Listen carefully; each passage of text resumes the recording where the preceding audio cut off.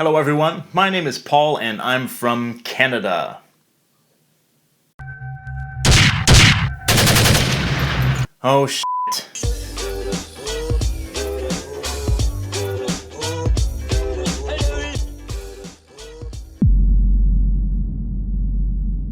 Hello everyone, welcome to the Lang Focus channel and my name is Paul. Today we'll be going way back to see how we're all connected.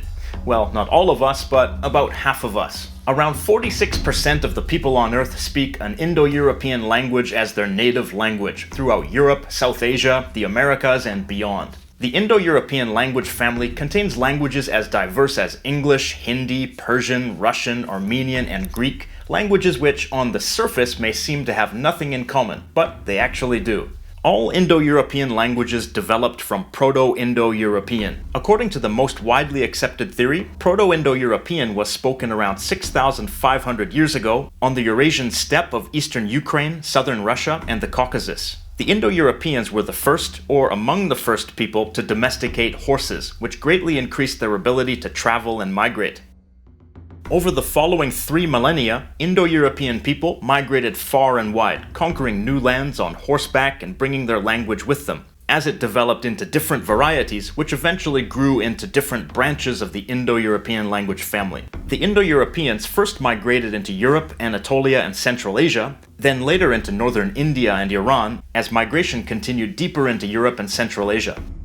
There's an alternate theory, based more on archaeological evidence, that suggests that the Indo-European languages began in Anatolia several thousand years earlier and spread with the expansion of agriculture. There are no written records of Proto-Indo-European and its early offshoots, so the best we can do is to theorize and imagine. However they happened to take place, during these migrations, Proto-Indo-European split into numerous different languages, which would gradually develop into entire branches of the Indo-European language family. Those branches are Anatolian, which is now extinct, Tocharian, which is also extinct, Italic and Celtic, which may share a common Italo-Celtic ancestor, Armenian and Albanian, which each consist of just one language, as far as we know, Hellenic, Germanic, Balto-Slavic, which split into the Baltic and Slavic branches, and Indo-Iranian, which split into the Iranic and Indic branches.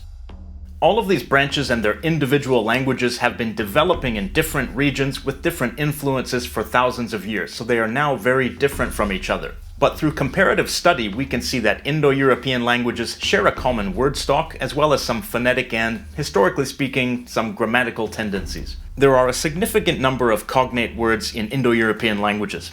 By the way, the word cognate comes from Latin cognatus, which means born together. These words were indeed born together in Proto-Indo-European, and if we're aware of the sound changes that have taken place, we can identify cognates. For instance, the word meaning bear or carry. In Sanskrit, it's bhad. In Greek, it's per. In modern Greek, this might be pronounced like an F sound, but in ancient Greek, it was actually an aspirated P sound. In Latin, it's fer. In Gothic, it's bair. In Old English, it's bear. They all come from Proto-Indo-European baer. And my pronunciation of these different languages is probably not perfect, but I'm just giving it a shot myself. I should point out that the Proto-Indo-European words are theoretical reconstructions, and that there's no way of knowing for sure what they sounded like. But these words here are fairly recognizable. Some are a little less recognizable. In English, we have the word work, which comes from Old English wirchan. In modern Greek, the word for work is ergo, which was ergon in ancient Greek. And in some texts, there was an alternate form, wergon. They both stem from the Proto-Indo-European word wergom. Indo-European languages can be divided into two classes, the Kentum languages and the Sotum languages. Sotum is the word for 100 in Avestan, an ancient Iranian language. Kentum is the word for 100 in Latin. These two words illustrate a sound shift that occurred in Indo-European languages. Proto-Indo-European had a palatalized K sound that was distinct from the regular velar K sound. A palatalized consonant sounds kind of like it's followed by a Y sound, like K as opposed to K. In the Sotum languages, this palatalized sound remained a separate phoneme from K, and it became a sibilant sound, like a S or a Sh. So the Proto-Indo-European word for 100, Kymtom, became shatam in Sanskrit, shimtas in Lithuanian, and in many Slavic languages it's sto. These words have all developed and diverged quite a bit, but if you're aware of the sound shift from a K sound to an S sound, you can recognize these cognates more easily. In the Kentum languages, the two K sounds merged together, or in the case of the Germanic branch, shifted to an H sound. So, kymtom became kentum in Latin, and hekaton in Greek, kant in Welsh, and hund in Old English. So let's take a look at these two words in English, hundred and cent. We usually think of hundred as a native Germanic word and cent as a loan word from Latin, but these are actually cognates. First, let's take away the ending of the word, rid, which comes from a suffix meaning count or number. Then let's change the H back to a K, and now you can kind of see the resemblance. See the resemblance. Remember that the C in cent was originally pronounced like a K, k, in Latin. Also remember that D is the voiced equivalent of T, so you can often see these sounds alternating in related languages. Some core words have been preserved in many or even all Indo-European languages. These include some animals, for example Proto-Indo-European, equus. This means horse. You know that equestrian animal? In Latin it's equus. In ancient Greek it was hippos. In Sanskrit it's ashvaha. And in Persian it's asb. The Latin and Greek examples are kentum examples, but in Greek it seems that the K sound assimilated to the P sound next to it. The Sanskrit and Persian examples are sotum examples, since you can see that the K sound became sh and s.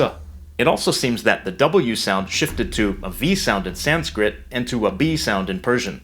And those are sound changes that take place frequently in various different languages. Other frequent cognates include the numbers from 1 to 10, words referring to family members, agricultural words, and various natural phenomena, like the words for tree and wood.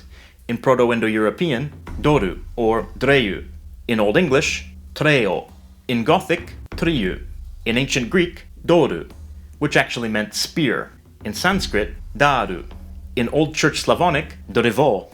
In Armenian, dzar. This shared vocabulary might be hard to spot when you're not looking for it, but when you start to notice the sounds that commonly alternate in those cognates, for example, the voiceless T and the voiced D, then cognates start to be more obvious. Indo-European languages have developed so far from Proto-Indo-European that grammatically they are very diverse, and they have many features that other Indo-European languages don't share. But because Proto-Indo-European was a highly inflected language, all of its descendants are inflected languages to some extent. By inflection, I mean that words change form to reflect grammatical functions like number, person, tense, mood, case. One example is the verb endings we find in various Indo-European languages.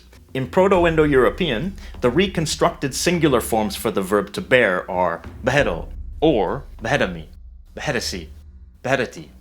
And in Sanskrit, beharami, beharasi, beharati.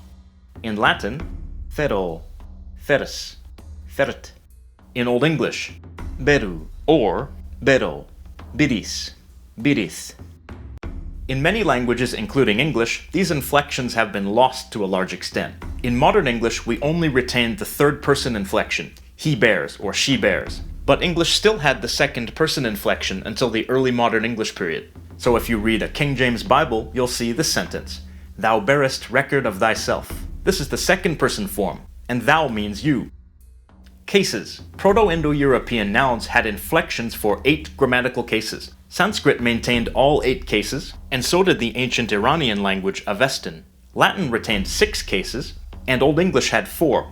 Modern English nouns do not have case endings, and that's also true for many other Indo-European languages, like most of the Romance languages. When languages no longer have case inflections, the function of nouns is indicated more by word order and by the use of prepositions. But many modern Indo-European languages do have numerous cases, like most Balto-Slavic languages, which have 6 to 8 cases, German and Icelandic, which have 4 cases, and modern Greek, which also has 4.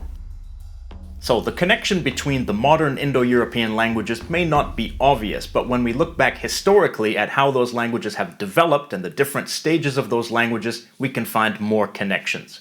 The question of the day: if you speak an Indo-European language, did you discover any new connections between your language and others during this video? Let us know in the comments down below.